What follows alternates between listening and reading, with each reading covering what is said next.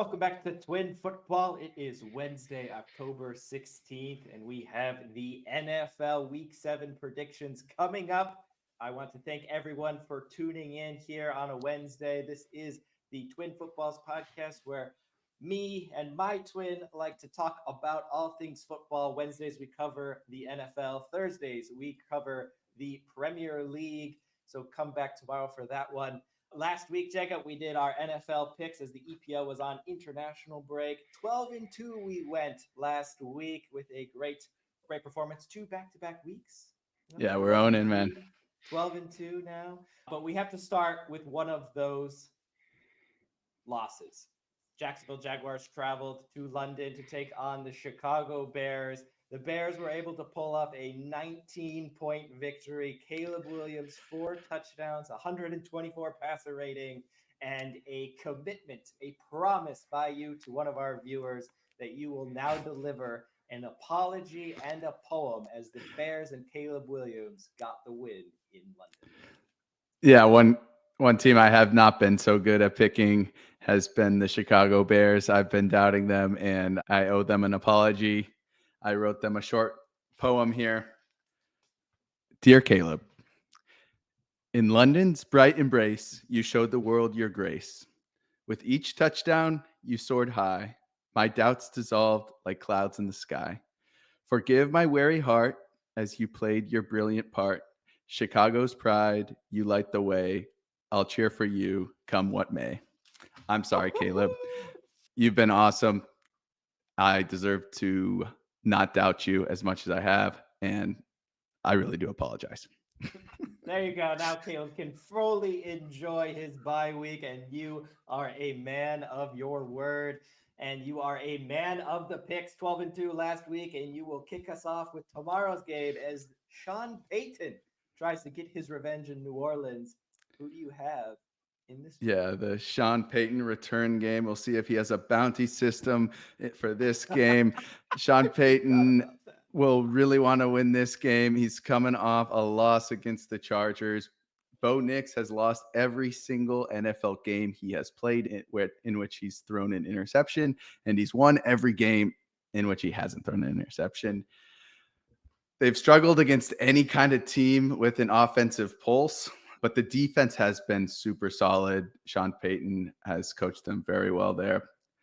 Saints are coming off a loss against the Buccaneers, scored 27 in just the second quarter, but the problem was there's three other quarters and they scored zero in those ones. They're leading at halftime 27-24. Spencer Rattler honestly kept them in this game a lot longer than a lot of people were expecting.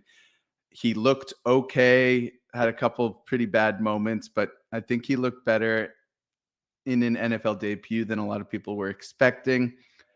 Chris Olave, Rashid Shaheed are out with a concussion and a knee injury, respectively. Shaheed with a meniscus surgery that will keep him out for most of the season, if not the entire season. Derek Carr, Taysom Hill are doubtful for this one.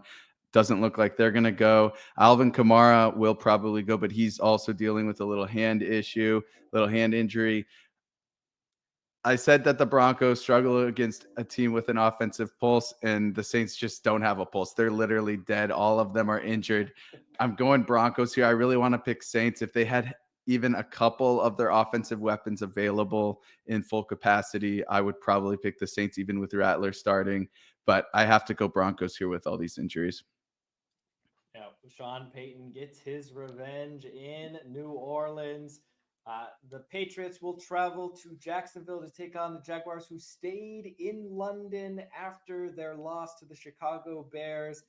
What a game the uh, Jacksonville versus Chicago was. Jacksonville started off really well, and then you had just drops, and then the inability to run late on, and then more drops, and then more miscues. And Doug Peterson is got to be on the hot seat here. Jacksonville practically lives in London. The Bears traveled really well to London. I don't see that happening with the Patriots fans. So you know Jacksonville's going to have the crowd behind them, even though this is a game on another continent. Jacksonville, the home team in this one, and it will actually feel that way. And so New England, 6 different offensive lines in their first 6 games. Is going to be a 7th different starting offensive line for them as their left-sided tackle. Lowe will be most likely out. He hasn't been practicing, and he's scheduled for an MRI, but he's still listed as questionable. Last time I saw that a player was questionable and doing an MRI was Rashee Rice, and he ended up missing the entire season. So I don't know that he's going to be able to travel that long distance. You always, when you're battling an injury, you don't really want to be traveling a lot in the 30,000 feet over an ocean. It's just not good for your body to really heal. So give me Jacksonville. Drake May showed some signs against Houston last week, but this will be his traveling a whole nother continent, only his second start. It's just not going to bode well, especially with a makeshift offensive line. And obviously Stevenson will be out, missing this game, missing practice today. He most likely will miss this weekend. And so give me Jacksonville to rebound a little bit, but I don't like this game to be pretty at all, but I will lean Jacksonville in that one. Yeah, I like that. Trevor Lawrence should have a pretty good game in that.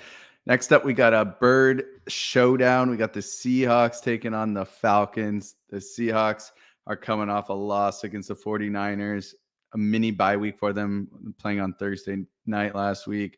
Seahawks have 3 straight losses: Lions, Giants, 49ers. They've only beaten the Broncos in Bo Nix's first game ever. The Patriots, which took them overtime and a very lenient pass interference call, and the Skylar Thompson-led Dolphins. They have not beaten anyone. They started off 3-0. People were high on them. I've said that their record has flattered them, and it certainly has. Daniel Jones had the best game of his entire season against the Seahawks. They're really not doing well. I think they really need a win here to snap that losing streak. The Falcons, though, are looking super solid, coming off a win against the Panthers. Kirk, you like that Cousins had a quiet day after throwing for 500 yards the week before. He just handed the ball off to Tyler Algier and Bijan Robinson, who both had amazing games, each about 100 yards on the ground, and each of them with scores in that one. Falcons are playing too well right now at home. I feel like they've proven themselves. Seahawks have not. I think the Seahawks will be knowing that they need to prove themselves and will give the Falcons a good game. I'm expecting this to be about like 28-21, high scoring, but I think the Falcons take it. They're just more proven. Falcons win. Battle of the Birds. The Titans, after a bye week, time for Will Levis and maybe that offense to get together. Calvin Ridley with 0 catches after you had a week to plan and prepare to get him the football on 8 targets. He gets 0 catches as they take a loss to the Colts last week. Buffalo with that gritty win against the New York Jets on Monday night. So they're on a short week, but they're returning home for the first time in 3 games. A long kind of road stretch here in the beginning of the season. They are 4-2. They are adding now Amari Cooper. So I can understand why 99% here have the Bills winning, especially when you add in that maybe Ed Oliver will be returning as well after he is looking that he's going to be practicing more this week, and hopefully he can join it on the weekend. James Cook also looks like he is going to be in the fold, even though you had Davis last week run for over 100 yards against a very good Jets defense. Tennessee Titans defense, good against the pass and the run this year so far, really have been keeping them in games. The problem is they just don't score in the second half unless Mason Rudolph is the quarterback, which has only happened one time. They average about, I think, like 6 points in the full of the second half. They just do not score in the second half. Tennessee Titans, I don't think they have any points in the fourth quarter with Will Levis as the starting quarterback. I do think Tony Pollard and Spears will get yards against this Buffalo defense on the ground, even with Ed Oliver coming back to help clog up the middle. I do think this game is a lot closer than 99% to 1%, but I will lean with the Buffalo Bills at home. Amari Cooper, I don't really expect much from this week. He's going to be joining. This is a run-first offense. They might struggle a little bit against Tennessee, and so I do think that this game will be a lot closer, but I think Buffalo in the end with Josh Allen at home, those fans will get the win. Yeah, I agree with that one. Next up, we got AFC North showdown amongst the Ohio teams. We got the Bengals taking on the Browns. The Bengals coming off a win against the Giants, where their defense finally showed up. I get it. They're playing against Daniel Jones and no Devin Singletary and no Malik Neighbors, but I think it will give them a little bit of momentum after when they've lost. Their defense has been very poor. Their offense has been good pretty much all season after that Patriots game anyway. They're still missing Joe Mixon from last year, but Chase Brown is stepping up and he's got scores in his last few games. I think the Bengals have turned the page here. They're still 2-4. They really need this win. Browns coming off a loss against the Eagles, where they were shockingly in the game for a lot of it. Deshaun Watson, though, looked horrible in the first half and pretty much the whole game. It took them a quarter and a half just to get on the Eagles side of the field. They had 0 offensive touchdowns the entire game. Defense, though, looked super solid. Myles Garrett had that blocked field goal returned for a touchdown. I think the defense will give the Bengals a tough time in this one, but I can't pick Deshaun Watson as long as he's under center. I'm going Bengals here. Yeah, I don't know why they just, one game, Jameis Winston's going to come in and light up the second half. Hopefully it's in a game that's close enough for him to actually make a difference. Obviously they lose Amari Cooper as well as he goes to the Bills now, but I just don't, they can't stick with Deshaun Watson and expect to win. We'll see if Nick Chubb comes back soon. But other than that, I agree. I just can't see that offense doing anything. One team that is happy that Joe Mixon is suiting up for them is the Houston Texans. He's played just over 2 games as he got hurt shortly into his second start for the Houston Texans, his new team. But in those 2 plus some change games, he has 43 carries for over 260 yards. You pair him up with Dameon Pierce, and that is a good reason to ship Cam Akers off for I think it's a conditional pick maybe to the Minnesota Vikings. You don't really need them as long as those 2 are healthy. They're going to give you what you need on the run game. Houston is missing Nico Collins as they travel to Lambeau to take on the fully healthy Green Bay offense. They have their full complement of wide receivers. They have their quarterback, Jordan Love, back from injury and looking good after that dominant win last week. Both teams near the top of their divisions, looking to stay that way. But I think I'm going to have to lean Green Bay in this one, not just because they're at home, but because of the ability to get the ball down the field. Houston has a great defense in terms of completion percentage against opposing quarterbacks, but they give up big plays. And so if you can run the ball with Josh Jacobs, who's been absolutely fantastic this year, you are able to get some turnovers on defense, 19 turnovers for the Green Bay defense, get some good pressure on CJ Stroud, maybe force him into throws that he doesn't necessarily want to do, and then strike with those big plays down the field. I like Green Bay to get a couple of those and get ahead of this Houston Texans team.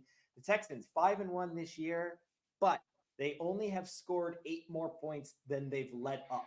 So if you can get those big plays, you can gash this team. We obviously know what Will Anderson Jr. can do in terms of pressing the other team's quarterback, but I think Josh Jacobs, that offensive line, will help a lot with that. So give me Green Bay at home to get the win over the Texans without Nico Collins. I'm so excited for that matchup. Should be a really good one. Next up, we got the Dolphins taking on the Colts in a less good game. The Dolphins coming off of bye week after getting an ugly win against the Patriots. Tyler Huntley will get another start and will have another week, more importantly, to study that McDaniel playbook. Hopefully he's got it figured out more or less now. I'm sure he appreciated that timely bye week after playing a bad Patriots team. Achane looks like he will get the go after suffering a concussion in that Patriots game. So another good reason to have a bye week. Mostert and Wright did well against the Patriots after Achane went off.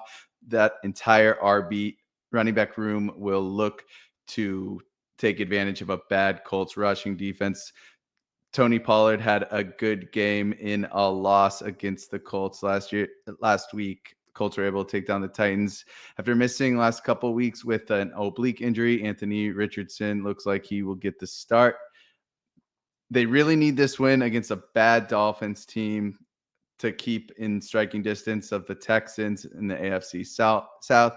Trey Sermon could not get anything going, though, in that game against the Titans. They will be desperate to get JT back, but it doesn't look like it will be until week 8 that Jonathan Taylor returns. I like the fact that the Dolphins have this bye week to plan, and I think the Colts are a little vulnerable here. If it was Dolphins at home, I honestly think I might pick them. Since it's Colts at home, I'm going to side them. I think, again, I said this last week, I think if the coach wanted to win right now, Joe Flacco would be under center. I don't mind Richardson getting the start when he's healthy, as he is just warming into the league, but I don't trust him right now. I think the Colts might let this one slip away. But again, Dolphins bad on the road. I'm citing Colts. Yeah, Trey Sermon needs to realize that he's back in Indianapolis, but feel like he's back in college when the Ohio State Buckeyes and Trey Sermon ran for 330 yards in the Big Ten championship game there in Indianapolis. And maybe the Colts won't even need Anthony Richardson to do anything, and they'll just ride that one out to a victory. The Detroit Lions are wondering if they're going to need Aiden Hutchinson to keep their season healthy after that gruesome leg injury. Hope he can recover and be ready for next season after he will be missing the rest of this season. Even though his surgery did go well, he's just not going to come back in time. Aiden Hutchinson accounts for 50% of the Detroit Lions sacks this season. Absolutely incredible. Shows how dominant he has been. He's a monster. And yeah, absolute beast. And they will travel to a Minnesota team that they've actually had great success against over the last couple of years. They've won 4 out of 5 against Minnesota, including both at the end of last season. Minnesota, though, last season will feel a little bit like, okay, you did beat us last year, but Nick Mullins threw 4 interceptions and we lost by 10. Sam Darnold, time in the pocket, less pressure from that Detroit Lions defense, as it's their first game without Aiden Hutchinson. We'll see if they make a move, maybe for a Max Crosby or someone like that, or a veteran player that can help the defensive line with the production that Aiden Hutchinson was able to give them. We'll see what they can do there. Minnesota coming off of a bye as well, so they're going to have time to prepare for that defense. Sam Darnold with this system has been absolutely lights out. Big reason why they are 5-0. They are at home in this one. And so you pair all of that with the fact that Detroit, I need them to put great performances back to back. We saw last year they went on, beat the Chiefs, then lost at home to the Seahawks. They went on the road, beat Tampa Bay, lost to the Ravens. They kept doing this kind of thing until the playoffs last year, where they're able to squeak by the Rams and then squeak by or beat Tampa Bay there. But no one really expected Tampa Bay to make it that far. And so I need them to put good performances. Obviously, they dismantled Dallas last week, but I haven't seen it from them. They're going to need to figure out this defense without their best player in Aiden Hutchinson. Sam Darnold on a bye in that offensive system. Aaron Jones back practicing. Give me the Skull Cap and the Vikings to get a win at home and stay undefeated this year. Next up, we got an NFC East showdown in the Saquon Barkley return game. The Eagles taking on the Giants. Eagles coming off a win against the Browns, where it saw their head coach yelling at their own fans for booing. That was absolutely embarrassing. Not a good look by Nick Sirianni. The Eagles haven't scored in the first quarter all season. They deserve to get booed, frankly. Jalen Hurts has he totally meant that apology. He was just trying to bring energy, so it's all good. Jalen Hurts had a solid game. I'm sure he's super happy to get his weapons back in A.J. Brown and Devontae Smith. Dallas Goedert went off with a hamstring injury, so even more timely that he got the other receivers back. Hopefully he gets healthy soon.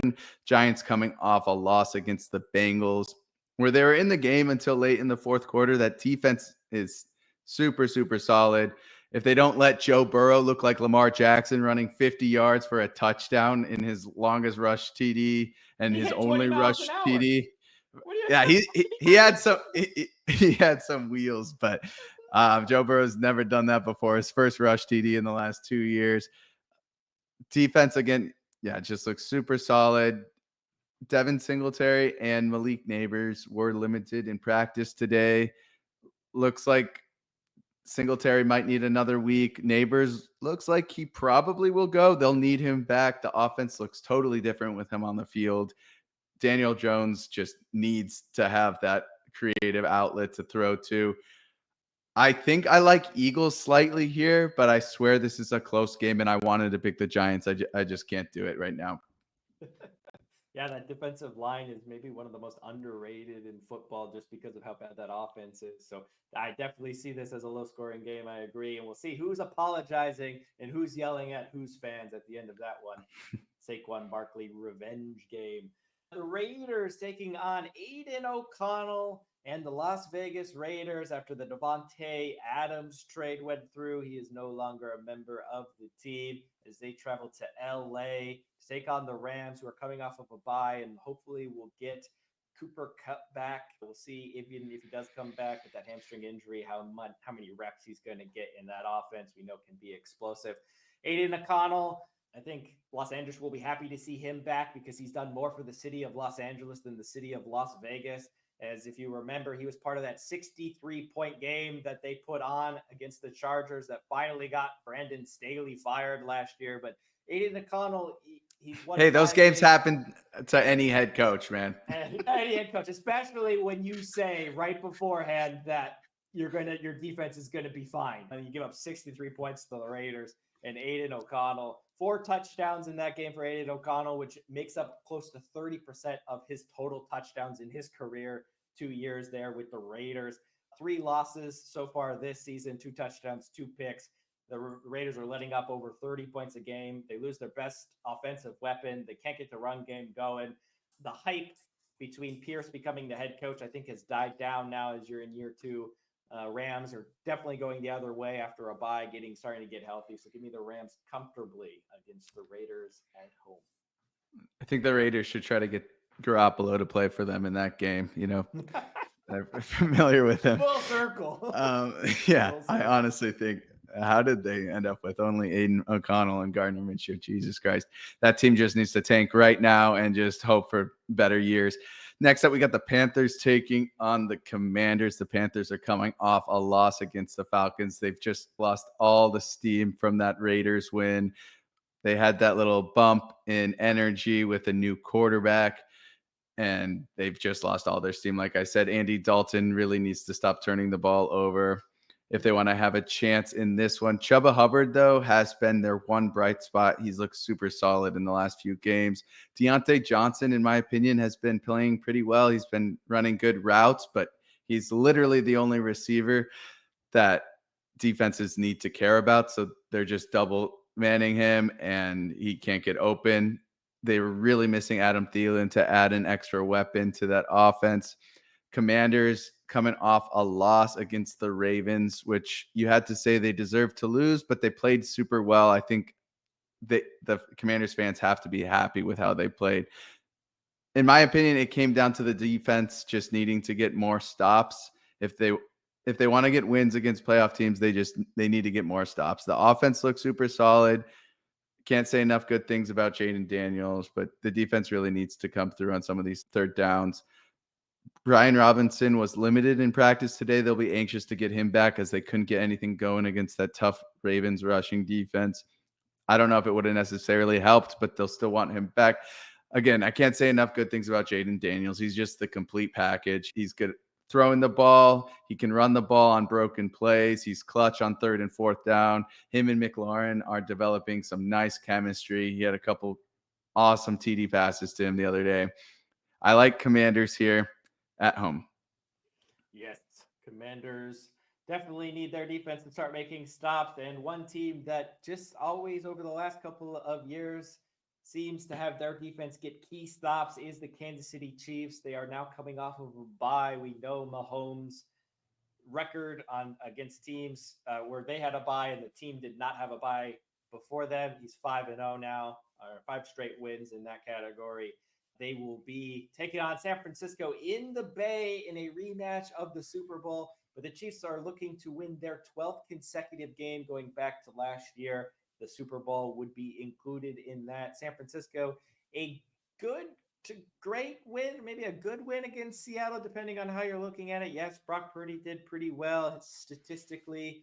I think he played a little bit less hero ball, which I think he's been playing a little bit too much, especially with the injuries that team has had to start the season. I think it's been forcing them into some issues. He was able to rein that back a little bit. Jordan Mason, we saw, they kept panning to him. Is he going to play? Is he going to come in for this? Is he not? Is he hurt? Is he not? Is he okay? Is he not? He missed most of the game against Seattle. He is battling an injury, so they are now on their 3rd, 4th string running backs there. It didn't really matter because Deebo Samuel did everything for them against Seattle. George Kittle, 2 touchdowns as well. I think this is a big tight end game. Travis Kelsey playing really well, George Kittle playing very well, as both teams offensively have so many injuries. They need to rely on their few superstars, I guess, that you would have in their tight end position, which Kelsey for the Chiefs and Kittle for San Francisco definitely will be those. But I think this game is going to be a little bit closer. I think just because of the energy for San Francisco trying to get revenge against Kansas City. But when you have Spags on the other side sending all of the blitz, they pressure the quarterback 31% of the time of dropbacks, opposing quarterbacks dropping back. They get pressured 31% of the time. That's best in the NFL. Brock Purdy playing hero ball will play right into that. You will turn the ball over if that's the case. We know what this defensive line, Chris Jones, has been able to do against the run over the last 18 months. They are fantastic. Then you're forcing Brock Purdy to beat you. I think he will have 1 to 2 costly turnovers, and I like the Chiefs to win this in the Bay, even in a low-scoring game. Yeah, the Chiefs look so good in that Saints win. It was the first game where I really thought they just completely dominated, looked like that Super Bowl team. And I think any team should be scared to play them right now. They just look so good. Next up, we got the Jets taking on the Steelers. The Jets are coming off that devastating loss against divisional opponents in the Buffalo Bills. Another game where Aaron Rodgers had a chance to win it on his last drive, and he just threw a bad interception and went on to blame someone else. Davante Adams and Rodgers, though, have officially reunited. They had some beef for a bit. They had some beef for a bit when Davante Adams was calling Derek Carr a Hall of Famer, but they've surely gotten past that. Looks like Adams will get the go against the Steelers. This is a 2-4 team giving up draft picks to sign an almost 32-year-old receiver. If they weren't all in before, they certainly are now. They only gave up a third-round pick, though, and with a chance to turn into a second-round pick, depending on how Adams plays. I honestly think it's a good signing for them. It's a good trade, but they are just all in. They have to win. They especially have to win this game after starting the season 2-4. Breece Hall had a great bounce back game last week, and the defense did not look so great without Salah, has to be said. Steelers coming off an easy win against the Raiders. Najee Harris had a great game finally. The defense was amazing as always. And despite the 4-2 record and the win, Justin Fields looks like he is getting benched for Russell Wilson this week. You got to feel bad and you got to feel sad for Fields after starting the season so well, but I can honestly see it. He did not play well. The defense carried them as they have in most of their wins. I'm okay with Russell Wilson going in. I think it will be an adjustment period for a new quarterback to come in, and I like the Jets here, but I don't mind what the Steelers are doing with this quarterback situation. Yeah, we'll see if the Jets defense can pick off Russ a couple of times and help out Davante Adams get adjusted back into that offense. Derrick Henry has finally been fully integrated into the Baltimore Ravens offense. The King Henry just does what he wants, and he's going to take on a Tampa Bay team that is getting healthy and is one of the highest scoring offenses in the league, and they like to push the ball down the field, which if you're going to get at this Ravens team is the way to go. Push that ball down the field. The Ravens will not let you run on them anyway, so you need to build your offense in a way that can get back at that secondary. The problem is you're never going to have the football because Baltimore are going to go 100 yards every time they touch it, and you're not going to be able to tackle Derrick Henry because you are one of the worst tackling teams already. So give me Derrick Henry 100-plus yards, 2-3 touchdowns, as they will enjoy that nice warm weather here down in Florida before the whole north turns to winter. Give me Baltimore comfortably over Tampa Bay. And that leads us into the other Monday night game, which sees Jim Harbaugh traveling to Arizona. Jim Harbaugh with that scare early on against Denver had to go into the locker room with some heart palpitations. Hopefully he is going to be okay and be able to stay the full game here as they travel to Arizona, who most likely will be without Marvin Harrison after he sustained a concussion. Now, this is on Monday night, gives you that extra day of rest. However, back in the day, 1 week usually was the time frame for return for a concussion, but we've seen a lot of wide receivers this year go down and take that extra week. I think, especially after all of the stuff that's been happening with Tua, I think it is a great play, especially when you have a young superstar like Marvin Harrison to reel him in a little bit, let him rest an extra week before you give him the 10, 12, 13 targets that you're going to give him. We saw that also with Malik Neighbors as well, missing an extra week. So the Chargers will travel to Arizona with the best scoring defense.